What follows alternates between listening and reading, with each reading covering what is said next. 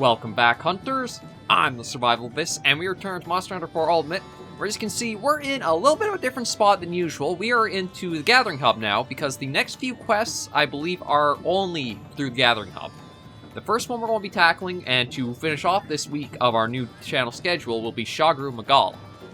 And as you can see, I got the Deora Glande, or Kushal Deora's heavy bowgun, because I'm looking for a good Pierce heavy bowgun that I can make use of all these skills with. So I think this one might be okay for Pierce 1, but I think I tried it out against the Teostra just to farm some materials and to cycle quests around, but I don't think I'll be able to use it for like Pierce 2 or 3 because it has, for saying average recoil, it seems absurdly long for that. It kind of makes me wish we had more like how World and Iceborne did it, where you actually saw the exact ammo and what its recoil and reload speeds were, and you could see how they'd get adjusted with stuff, but we'll see how we do against Shagaru in high rank. We do have the Urgent, which is the big snake boy, but that will probably be the start of next week's... next week, actually. We'll do Shagaru, and then we'll do that Urgent next. So yeah, I've got everything. I've got all the stuff I need, combined stuff. I think we're good to go. I will just drop off the cool drink, though, because I don't think I'll really be using that. And yeah, I think we're good, so let's head on out and take down Shagaru Magala.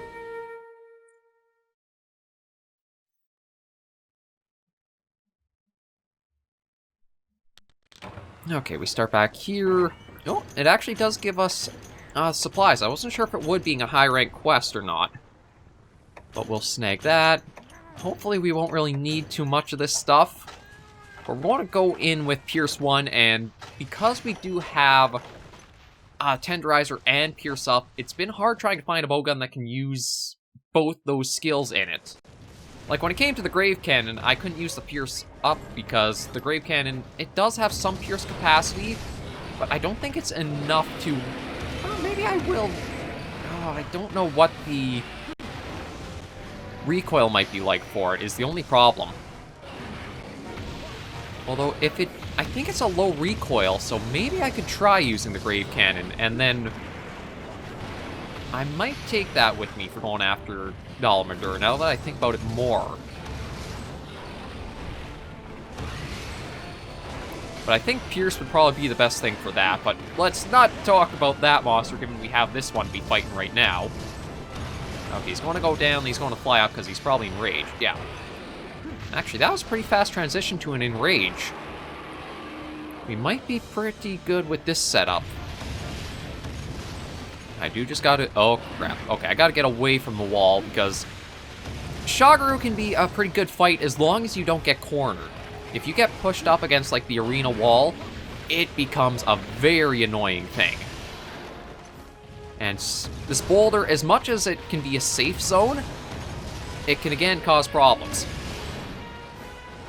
I'd kind of like to try to get him to destroy it, if possible.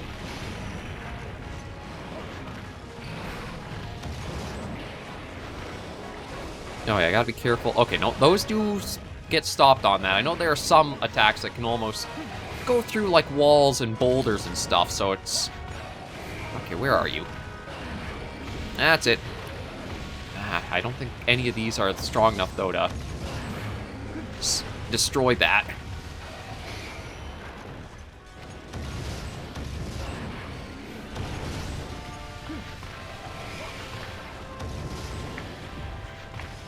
Come on, do something. Uh-oh.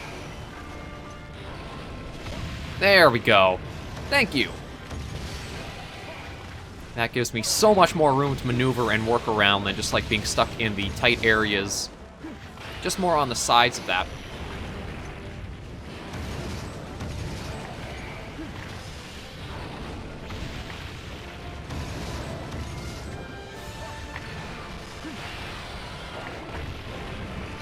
There we go. Reload, and let's see what he's up to. Yeah, the evade distance, it is just so nice to have, especially on fights with Shagaru here. Where you have to keep, like, comboing rolls together and that, and if you get more Uh-oh. This is another... Yeah, another reason why the evade distance is so nice is... Dive bombs like that, because of how large his arms are, or I guess it's more, I guess wings, arms, it kind of depends on how you want to see them.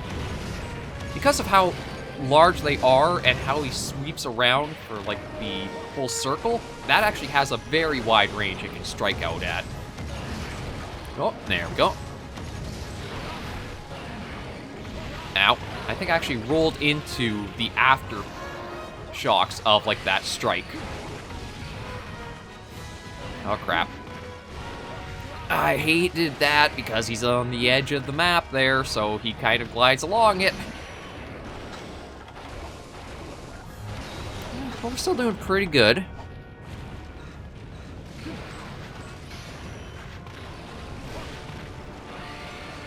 Okay, the airborne stuff, it's not too bad. We'll just have to see when he wants to come in, flying in, because... Oh, actually, we got him knocked into enraged state.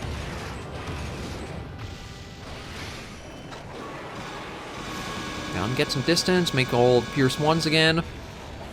You know, I'll show you guys how the recoil is for Pierce 2, and why I've been having like this conundrum trying to figure out what the best bowgun to take for Dalmadur might be. Oh, shoot. Just got caught by the edge of the hitbox there.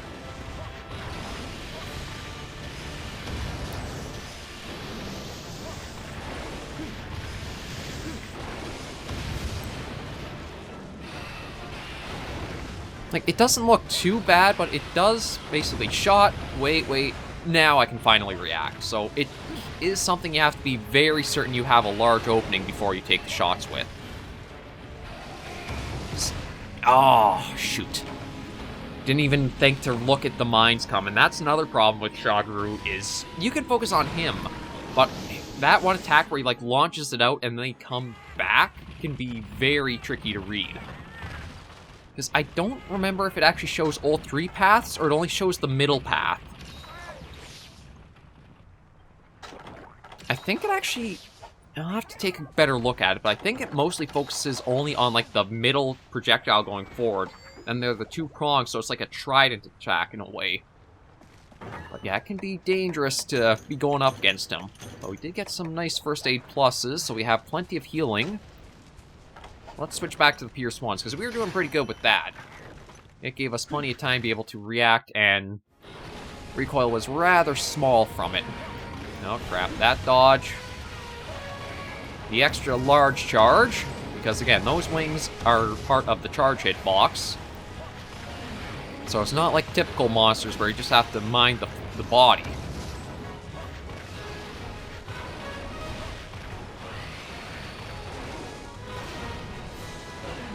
Oh, and this is where, yeah, the airborne charge can be a little hard to read because he likes to swoop in from a angle and curve in at you. Sometimes it's just nice straight up like that. Actually, I wonder if that's a way to tell if he's going to come in for a landing or he'll be still airborne afterwards. Is if it curves, he stays in the air, but if it's straight on, that means he's going to be landing with it. Okay, let's see. Yeah, it only shows you, like, the middle path. Oh. Sort of. It does kind of look like a bit of a cone. Oh, darn this. That charge, I hate it. I hate that charge so much from him.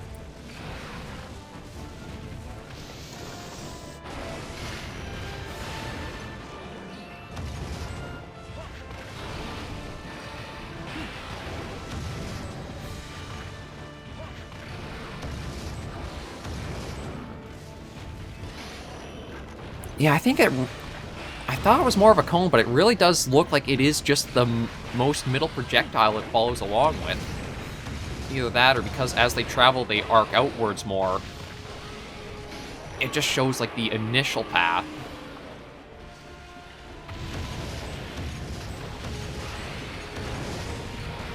But we are doing pretty good with him, with how many times we've been getting him into his enraged stance. I don't know if... I think there are certain monsters where they... Oh, shoot. This is a bad spot to be, bad spot to be, bad spot to be. I think there are certain monsters where, like, enrages will actually trigger at certain percentages of their health, so you can almost use those to track how long of a fight you still have to go, or how quickly you're going through their health bar.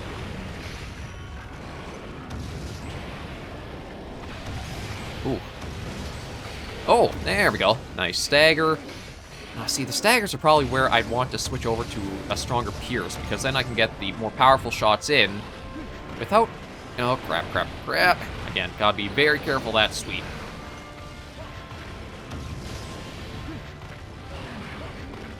And then that charge. Imagine trying to get out of the way of that without the evade distance on. Like, it's really essential for heavy bowgunners. Light bowgunner, because you... Well, light bowgunner and bow, I should say, because they are both gun weapons, or gunners.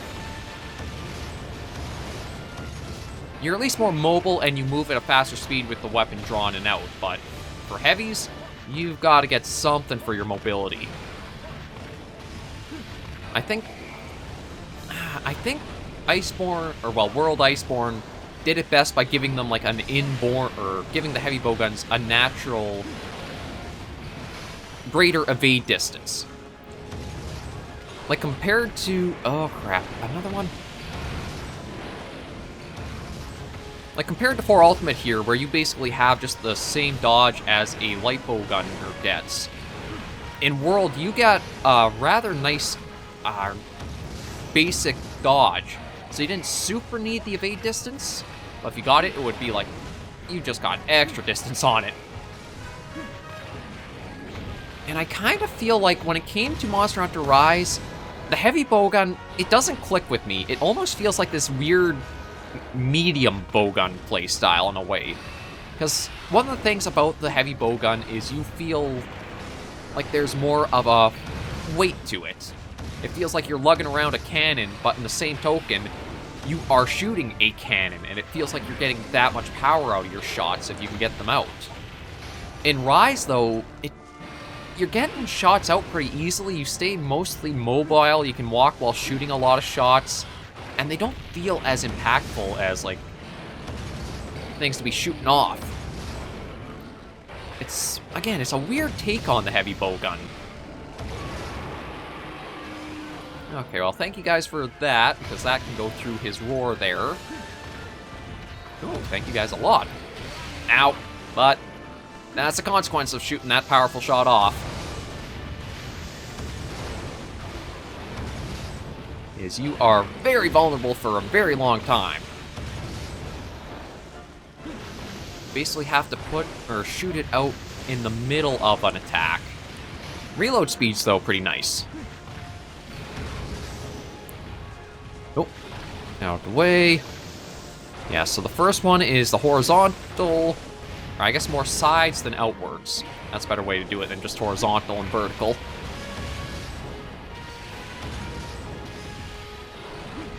Oh, crud, here comes a sweep.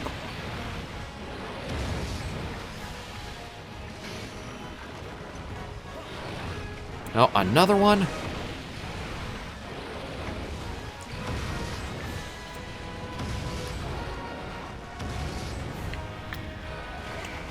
Okay.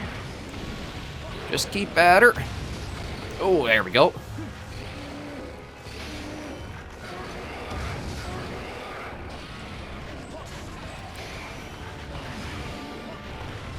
Oh, yeah, I had a feeling I was going to get smacked there. Okay, that's actually really helpful. Great timing there, Calico. That's why I really like the healing Palicos.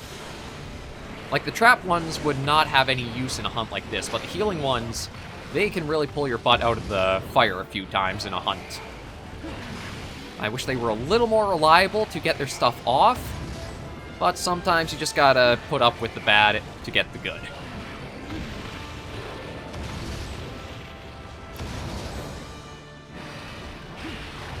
I know I can also combine some more Pierce 1 shots, but I want to get some practice in with this, because I am thinking maybe I'll take this bowgun with us to go after Snake Boy next episode.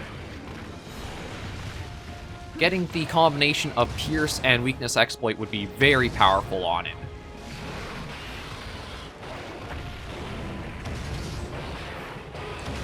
Oh, enraged again, so let's reload while he's doing that. That's a nice way to sneak reloads in, is right when they're about to roar, try to do it, because even if it's a slow reload, it'll still count as getting off, even if you just get the start of it. Okay, the first and the second. I think we should be out of range of that. And roll out. Again, going to not try to be too greedy with things. Just let it do what it will. Oh man, there's so many mines blasting off too. Ah, crud. Is that... Okay, we're out. Dodge.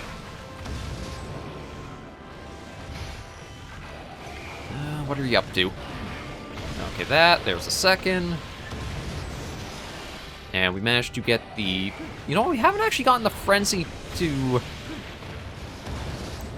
like, get its full meter up before we can proc it out, which is a good sign.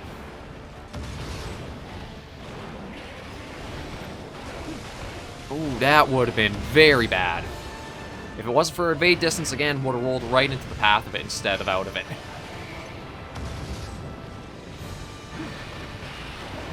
Okay, that one. Yeah, let's get... Ah, shoot. Aim too low for that.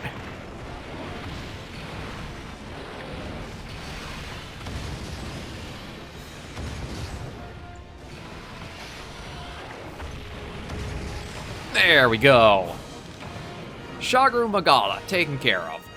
Yeah, he can be a very good fight, but he's one where he can also easily get cornered against, like, the walls of the arena for how his attacks will combo together. My advice is actually try to get the boulder broken, so that way you have all of this interior you can roll around and dodge around with. Because otherwise, you almost have to fight in, like, a corridor around the entire map at times, and that can land you in trouble. Let's take a good look at Shining Boy. Yeah, he's a pretty good monster. It is one of the things where it's hard to say how you could bring him back as like a content update, because you do sort of need to have gore included with Shagaru and then include the frenzy as well. It's a lot to pack in together to, like, just a title update we've seen for Monster Hunter kind of go through. But it is still nice to be able to show him off with his potential, and that takes care of his high rank version. I want to see what we get reward-wise. I think there are a few materials I'm trying to farm to upgrade some of his stuff. So we'll get the materials, take a look at the gear, and then end this episode off. Okay, Carapace, Prism Wing, Carapace. Yeah, oh, actually, I guess the plate is the lower rank rare still. I wasn't sure if, like... I think there's a certain monster where, like, plates are just the generic scales for it, but I think it might even be something like Elatrian or other monsters that have them. Like, more of the high-end stuff. Yeah, let's head out of here, take a look at the gear.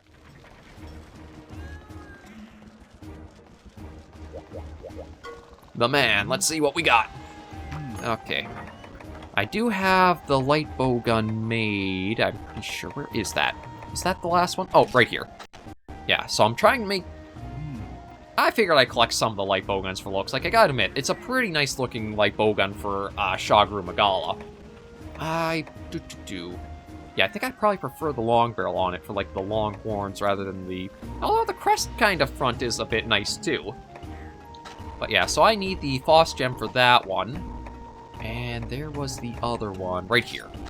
The Le Desastre. So the oh, actually, that's the Gore Magala heavy bow gun. That's kind of interesting that instead of, like, gaining new parts, it almost, like, certain parts of it activates. Like, you can see the back has the eye there, whereas the shield has it up there. So yeah, I'm trying to work for that one too, but that I need a few more scale pluses. As for the armor, I don't think it's going to be anything too interesting. Which one is that? Oh, the arc stuff. I mean, it does get this pretty cool shining dragon look to it, but skill-wise, it's pretty bad. Resilience, gloves off, frenzy +2. Not really a lot of stuff you would go after for, like, using in hunts. It might look pretty, but it don't work good. That's kind of like one of the trade-offs that sometimes comes with Monster Hunter, is the gear looks good, the skills are crap. The gear looks awful, the skills are amazing. You gotta kind of figure out your trade-offs or what you want to do for it. But yeah, we'll wrap this episode up here, and next episode we'll be going after the high rank or I guess the G rank unlock urgent quest hunting Dalamadur. Thank you guys so much for joining me on this episode of Monster Hunter 4 Ultimate though. If you enjoyed the video, be sure to give it a like, and if I have any comments, tips, or tricks, you should leave comments right down below. I'm thinking we will be taking this setup into that fight because Pierce is going to be a very powerful thing against it. But we'll see how it goes in that hunt. Until I see you guys in that episode or in another video, please remember, as always, hunters and survivors, to take care, stay alive, and happy hunting.